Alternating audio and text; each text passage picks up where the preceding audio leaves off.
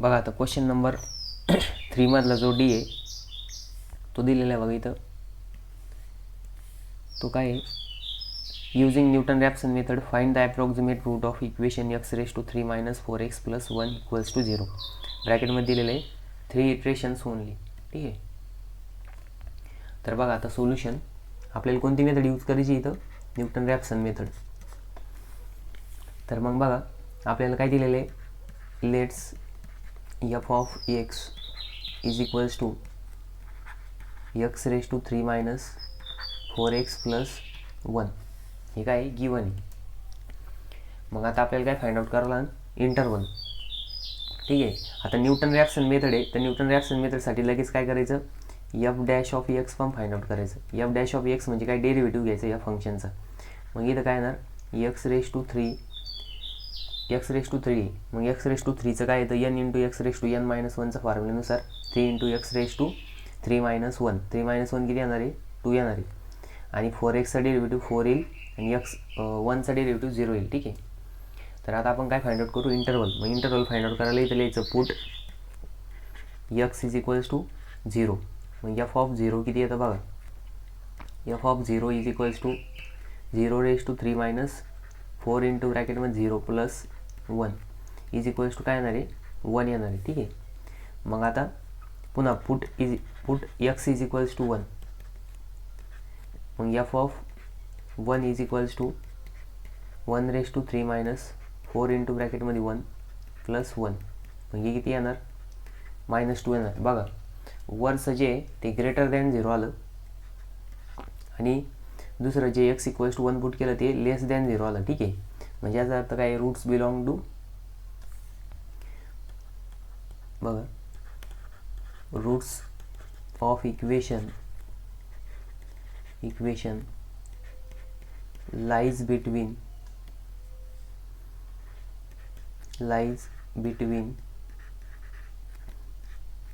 0, 1. ठीक आहे. मग आता आपल्याला न्यूटन रॅप्सन मेथड यूज करायची. मग आपण काय करू, इनिशियल रूट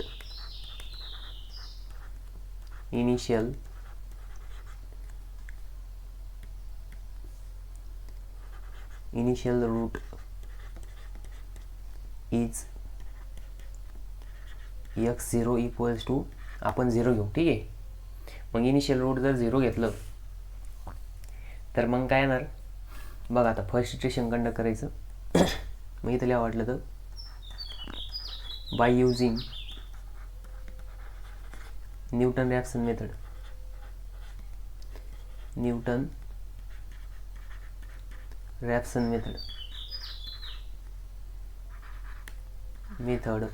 ठीक आहे.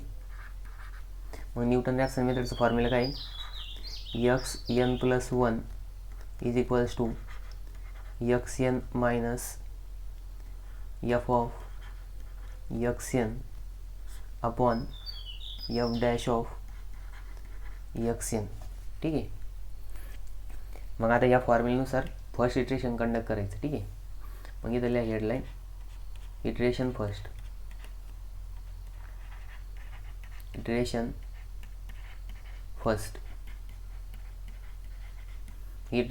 काय,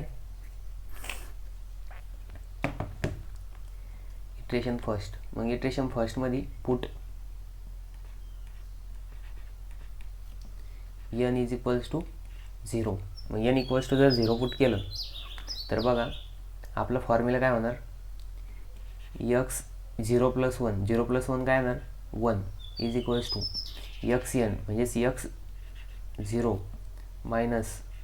- f of x0 upon f'(x0). ठीक आहे. मग या फॉर्म्युल्यानुसार आता आपल्याला मग बघा या फॉर्म्युल्यानुसार आपण इथे x0 = काय येणार आहे, 0 घेणार आहे. मग f of 0 किती येणार आहे, f of 0 = 0^³ - 4 × 0 + 1 येणार आहे 1 येणार आहे. ठीक आहे. आणि f'(0) काय येईल, 3 × 0^² - 4 म्हणजे किती आलं ते, -4 आलं. ठीक आहे. मग बघा आता इथं आपण फॉर्म्युलेमध्ये पुट करू.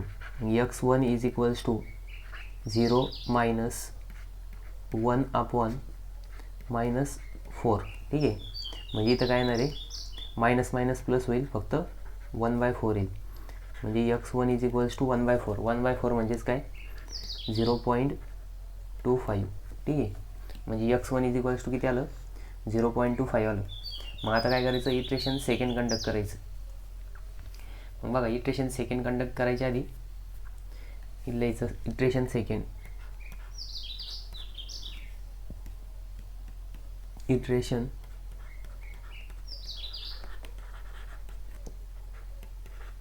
सेकंड. ठीक आहे. मग इटरेशन सेकंडमध्ये काय,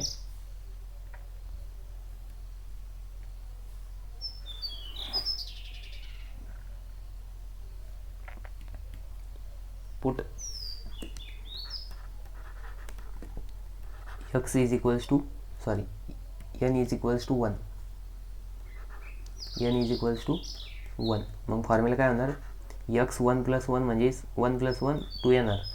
मग इथे येणार x1 minus f of x1 upon f dash of x1. ठीक आहे. मग आता या फॉर्म्युल्यानुसार आपण इथं x1 काय घेणार आहे, 0.25 घेणार. मग f ऑफ 0.25 काय येईल, 0.25 raise to 3 minus 4 into 0.25 plus 1 is equals to, find out करा. मग कॅल्क्युलेटरमध्ये कॅल्क्युलेशन करायचं.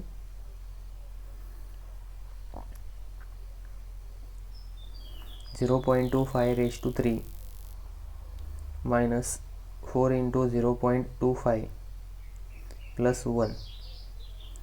मग बघा, ते येतं 0.015625.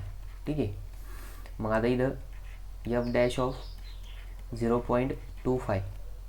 मग f डॅश ऑफमध्ये काय येणार, 3 into 0.25 raise to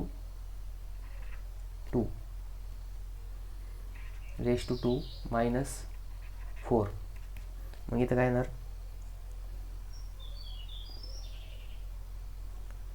0.25 raise to 2 into 3 minus 4. मग ते येतं बघा, मायनस 3.8125. ठीक आहे. मग आता या फॉर्म्युल्यामध्ये व्हॅल्यू पुट करा. मग x2 is equals to 0.25 minus 0.01562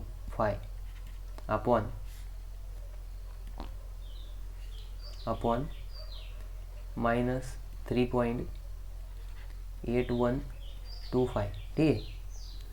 मग बघा, 0.25 मायनस 0.01562 बाय ब्रॅकेट कंप्लीट. मग बघा, x2 इज इक्वल्स टू काय येणार, x2 इज इक्वल्स टू 0.2540 आलं. ठीक आहे. 4 डिजिटपर्यंत घेतलं आपण. मग आता बघा, इटरेशन थर्ड कंडक्ट करायचं. ठीक आहे. लिहायचं हेडलाईन, इटरेशन थर्ड.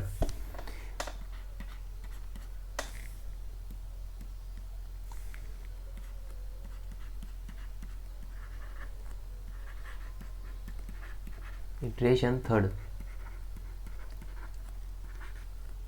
मग इटरेशन थर्डसाठी काय करायचं, put n is equals to 2. ठीक आहे. मग n इक्वल्स टू जर 2 पुट केलं, इथं काय येणार, x n + 1 म्हणजेच 2 + 1. 2 + 1 किती येणार, 3 येणार. आणि इथं काय येणार, xn म्हणजे x2 minus f of x2 upon f dash of x2. ठीक आहे. मग आता आपण x2 किती घेणार आहे, बघा x2 इज इक्वल्स टू किती आलेलं आहे आपला 0.2540. ठीक आहे, मग इथे येणार f of 0.2540 is equals to काय येणार 0.2540 रेज टू 3 मायनस 4 इंटू ब्रॅकेटमध्ये 0.2540 plus 1 is equals to find out करायचं. ठीक आहे, मग आता बघा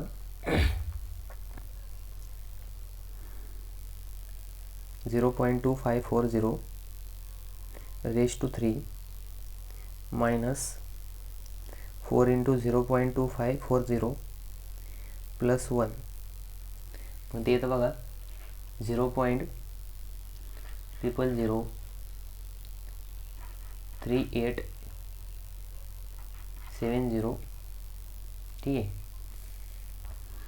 7064 आहेत ते.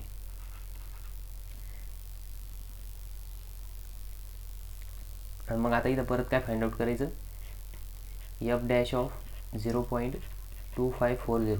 मग एफ डॅश ऑफ म्हणल्यानंतर काय येणार 3 इंटू 0.2540 रेज टू 2 मायनस 4. ठीक आहे, इज इक्वल्स टू, मग इथे येईल बघा 3 इंटू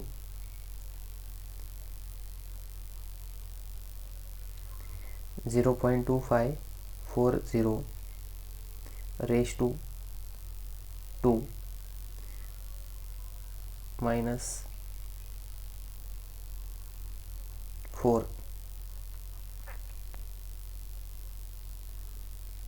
ठीक आहे, 0.25 मायनस, मग बघा आता काय करायचं फॉर्म्युल्यात पुट करायचं x3 इज इक्वल्स टू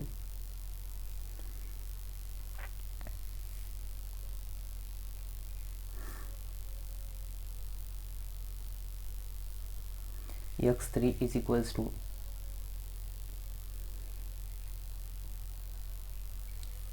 याचं जे आन्सर आहे बघा ते मी डायरेक्ट काढलं होतं, पूर्ण फॉर्म्युला पुट केला होता वरच्याच्यात. ठीक आहे, 0.2540 रेज टू 2 इंटू 3 मायनस 4, ते येतं बघा मायनस 3.8064. ठीक आहे, मग x3 इज इक्वल्स टू, आता बघा इथे 4 डिजिट घेतले तरी चालतात. ठीक आहे, 0.2540 मायनस 0.003870. ठीक आहे, अपॉन मायनस 3.8064. ठीक आहे, मग याचा आन्सर येतं बघा x3 is equals to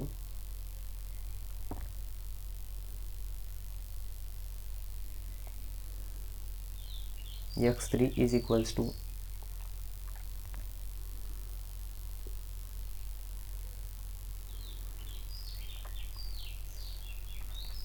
0.2501.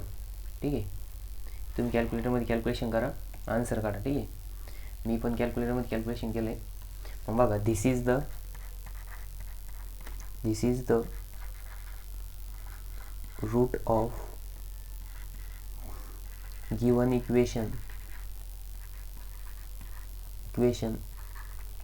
x3 is equals to 0.2501 up to third iteration.